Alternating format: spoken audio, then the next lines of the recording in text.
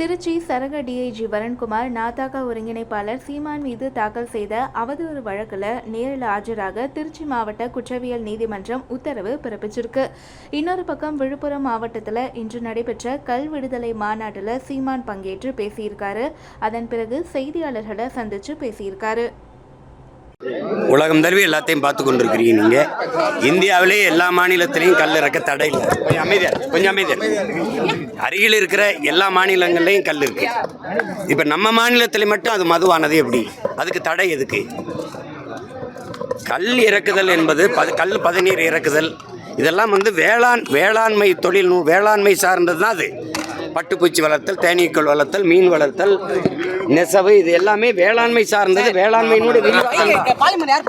வேளாண்மையில் ஒரு பகுதி தான். எப்படி மீன் பிடித்தல் கடல் விவசாயமோ வேளாண்மையோ அது மாதிரி இது நில விவசாயம் தான். இதை திட்டமிட்டு இதை ஒரு தடைன்னு கல் மட்டும் அது எப்படின்னு ஆகுது? அப்போ டாஸ்மார்க்கில் விற்கிற சரக்குகள் எல்லாம் இதை நான் கேட்குறேன்ல, புனித நீராது அது எப்படி? அது கோயிலில் கொடுக்குற தீர்த்தமா? அப்போ அது எப்படி மது இல்லையா? அது அந்த மதுவை அரசே விற்கும். இதை தடை செய்யும்னா இது வேளாண்குடி மக்களை, உழைக்கும் மக்களை பாதிக்கக்கூடிய ஒன்று. அதனால தான் கல் பதநீர் இறக்க அனுமதி கொடுக்கணும் அப்படிங்கிறத நம்மளுடைய கோரிக்கை.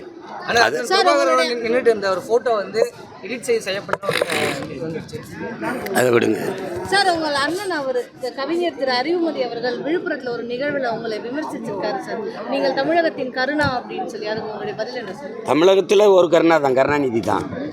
நான் எப்படி கருணாவானே? இந்த மாதிரி பேசுகிற எல்லாரும் தான் கருணா. இனத்தை கொல்லும்போது பேசி என்னோட பேசிட்டு இனத்தை கொன்னவனை கூட நின்றுக்கிட்டு என்ன கருணான்னு என்ன அர்த்தம்? இதையெல்லாம் என் பக்கத்தில் இருந்து துரோகம்னு சொல்லி கொடுத்தவங்க யார்? நீங்கள் எங்கள் அண்ணங்க தானே. இன்னைக்கு நான் நின்று சண்டை செய்யும்போது அந்த பக்கம் நின்றுட்டு என்ன கருணான்னா என்ன கருணான்னா? கருணாநிதி அவர்கள் ஆட்சியில் ஒரு ரத்த பொட்டலம், மருந்து, மாத்திரை, அரிசி, பருப்பு, எண்ணெய் எதுவுமே போடாமல் தடுத்தது கருணாநிதி. கருணாநிதி தானே உங்களுக்கு தெரியுமா தெரியாதா? அறிவுமதி அவர்களுக்கு, சுபவீரபாண்டியன் அவர்களுக்கு, குளத்தூர் மணி அவர்களுக்கு தெரியுமா தெரியாதா? என்கிட்ட என் தலைவர் சொல்லிவிட்டது என்ன? அந்த கடற்கரையில் ஓரத்தையாவது தலைத்து விட சொல்லுங்கன்னு தானே. அதை சொல்வதற்கு எனக்கு கருணாநிதி நேரம் கொடுக்காம தவிர்த்தாருங்கிறது உங்களுக்கு தெரியுமா தெரியாதா? அப்புறம் திருப்பி என்ன கருணான்னா? இதெல்லாம் மதிக்கிறோம்னா அந்த மரியாதையோட அப்படியே போயிடணும். அதை போய் பேசிட்டு கூடாது.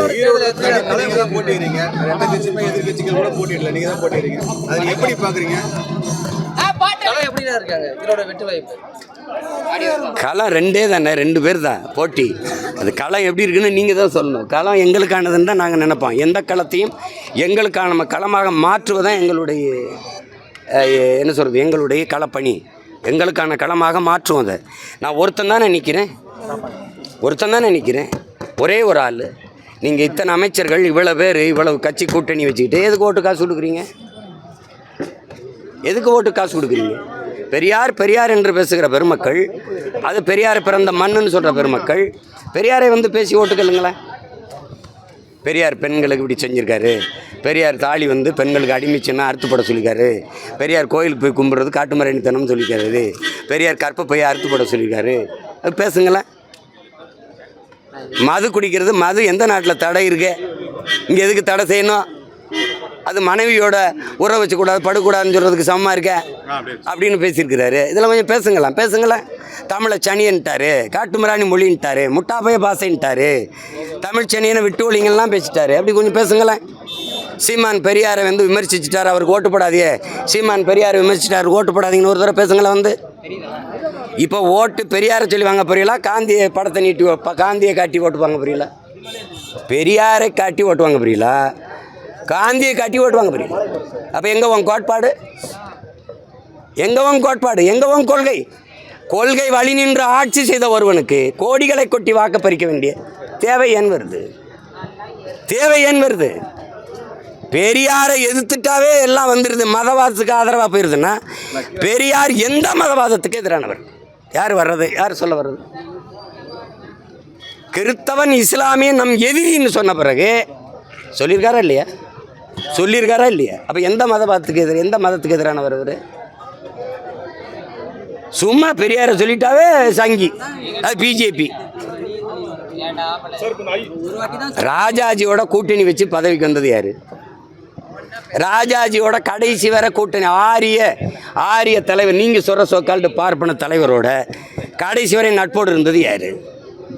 பாரதிய ஜனதாவின் தாய்த்தலம் ஜனசங்கோட கூட்டணி வச்சது யார்? அதனுடைய செய்கழகம் பாரதிய ஜனதாவோட கூட்டணி வச்சு பதவி அனுபவிச்சது யார்? திராவிடம் அதிகாரத்துக்கு போகவே ஆரிய தலைமையோட கூட்டணி வச்சு கூட்டாளி. நாங்கள் கூலிகள்ங்கிறீங்க, நீங்கள் கூட்டாளிகளாக போனீங்க. இந்த திராவிடம் அரியணையில் ஏறுறதற்கு பீகாரிய பார்ப்பனன் பிரசாந்த் கிஷோர் பாண்டையை கூலிக்கு கூட்டி வந்தது யார்? சம்பளம் கொடுத்து கூட்டி வந்தது யார்? நாங்களா? திராவிட திருவாளர்களா? பிரசாந்த் கிஷோர் பாண்டே ஆரியர் இல்லையோ? அவருடைய ஸ்ட்ராட்டஜி தேவைப்படுது. இப்போ ராபின் சர்மாவை கூட்டி வரீங்களா? அவர் ஆரியர் இல்லையோ? இது அவங்க ஆரிய எதிர்ப்போம்.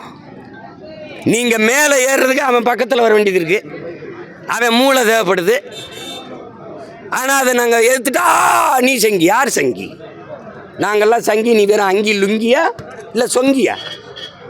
சேட் அதெல்லாம் வேற ஆள்கிட்ட வச்சுக்கணும். சார், இன்னைக்கு காலையில சென்னையில எஸ்வி சேகரோட தந்தை பேர்ல ஒரு ரோடு வைப்போம் அப்படின்னு சிஎம் அறிக்கை விட்டுருக்காரு சார். அந்த ஒரு நிகழ்ச்சி மேல அதை எப்படி பாக்குறீங்க? ஆரிய கூலி, ஆரிய பற்று, ஆரிய விசுவாசம், ஆரிய கூட்டாளி, வேற எதுவும் சொல்லிருக்கா சார்? ஐஐடி இயக்குனர் வந்து சொல்லியிருக்காரு.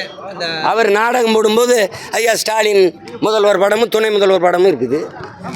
உலகத்தில் நீங்கள் கற்பித்த பகுத்தறிவு உயிரோடு இருக்கிற 2 பேர், ஸ்டாலின் ஐயா தம்பி உதயநிதி, 2 பேர் படத்துக்கும் ஒருத்தர் ஆரத்தி காட்டிக்கிட்டு இருக்காரு. அங்கே அறநிலையத்துறை அமைச்சர் ஐயா சேகர் பாபு, மாநகர தாய் பிரியா, ஐயா தயாநிதி மாறன் 3 பேர் நின்று கும்பிட்டுக்கிட்டு இருக்காங்க. பெரியார் கற்றுக் கொடுத்த பகுத்தறிவு, கடவுள் மறுப்பு. எப்படி சார் ஐஐடி வந்து கோமியம் கொடுத்தா நல்லதுன்னு சொல்லியிருக்காரு சார், அதை எப்படி பார்க்குறீங்க? அதான் மருத்துவமனைகளுக்கெல்லாம் அதை லிட்டராக கொடுத்து குடிக்க சொல்லணும். ஐயா ஏதோ இப்படி இந்த பைத்தியங்கள்கிட்ட நாடு மக்களும் சிக்கிக்கிட்டோம்னு நினச்சி இது பண்ண வேண்டியது தான். வேறு என்ன பண்ண சொல்லுங்கள். இங்கே பாருங்கள், மாட்டு கறிங்கிறான் பாரு, மாட்டு கறிங்கிறான் பாருங்க. மாட்டு பால் குடிக்கிறவன் இடைச்சாதி, மாட்டு கருதிங்கிறவன் கீழ்ச்சாதி, மாட்டு மூத்திரம் குடிக்கிறவன் உயர்ந்த சாதி. இதான் இந்த நாடு கட்டமைப்பு. இந்தியாவில் தான் உலகத்திலே நெய் எரிக்கப்படுது, பால் கொட்டப்படுது, மூத்திரம் குடிக்கப்படுது. இந்த நாட்டில் நீ சிக்கிக்கிட்ட, நானும் சிக்கிக்கிட்டேன். தப்பிக்கிறதுக்கு ஒரே வழிதான் இருக்குது, ரெவல்யூஷன், பொலிட்டிக்கல் ரெவல்யூஷன், அரசியல் புரட்சி. அது ஒன்றை தவிர இந்த திராவிட ஆரியன்லாம் வெவ்வேறு கிடையாது, 2 ஒன்று தான். நாம் தமிழர் கட்சி அரசியலில் தொடர்ச்சியாக தனித்து போட்டிட்டு வருது. தேர்தல் நேரத்தில் பல முனை போட்டி இருந்த நிலை தற்போது இருமுனை போட்டி நிலை வருது. எதிர்கட்சி பிரதான எதிர்க்கு ஆதரவை நாம் தமிழர் கட்சி கேட்குமா சார்? நாங்கள் வாலும் வேலும் ஏந்தி போரிட்ட மறவர்கள். கூர்மையாக ஒரு வேல் தான், எத்தனை பேர் வந்தாலும் குத்தி கிழிக்கிற வேல். அது வலிமை மிக்க போராக நாங்கள் செய்வோம். எங்களுக்கு கோட்பாட்டு வலிமை இருக்குது, கொள்கை உறுதி இருக்குது, உழைக்கிற ஆற்றல் இருக்குது, இளைஞர்கள் படை இருக்குது, இளம் பெண்கள், இளைய தம்பி தங்கைகளின் படை இருக்குது. களத்தில் நிற்ப எதை பற்றியும் கவலைப்பட மாட்டோம், போரிடுவோம். எதுக்கு ஆதரவு? எது மக்களை நம்பி மக்களோடு நிற்கிறவனுக்கு எதுக்கு? மக்கள் தானே ஆதரவு. மக்களுக்காக மக்களிடம் வந்து ஒருவன் மக்கள்கிட்ட தானே ஆதரவு கேட்க முடியும். நான் வேற யார் கேட்கணும்? மக்கள்கிட்ட ஆதரவு கேட்டு தான் இத்தனை லட்சம் மக்கள் என்னை ஆதரிச்சிருக்காங்க, மறுபடியும் ஆதரிப்பாங்க. மத்திய அரசும் மாநில அரசும் மக்களிடம் நைட்டு சொல்லியிருக்காரு சார், அதை பற்றி உங்களோட மக்களிடம் நாடகம் ஆடு. அது சரிதான், அது சரிதான். ஏமாற்றுதுங்கிறத அவர் சொல்கிறாரு தம்பி, அது சரிதான்.